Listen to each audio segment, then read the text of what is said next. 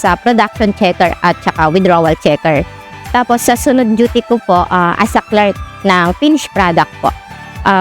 Bilang experience ko po kay Paramount, although po nga sa tagal ko na din po as a member ni Paramount, okay naman po yung service niya. Mga benefits, magaganda naman din po.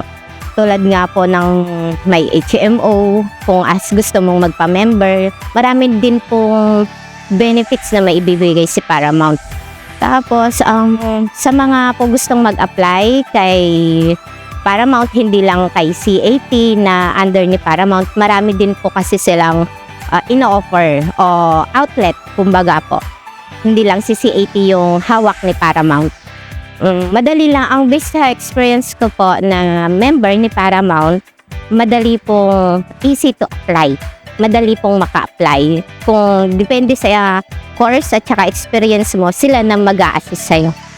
Thank you po. Ako, si Nerefel Bayos, 9 years na sa Sapporo, but 7 years in Paramount. Nasa Harvest ako ngayon, pero okay naman po kami doon sa loob.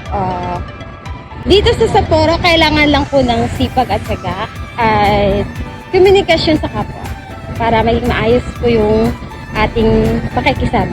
Yun lang po. Okay naman po yung pag-handle. If ever may concern naman po, may mga team leaders naman po kami naka-assign para po doon. Thank you Paramount sa lahat ng support at sa lahat ng pagtsatsaga sa amin. Ako po si Brian Santa Rosa.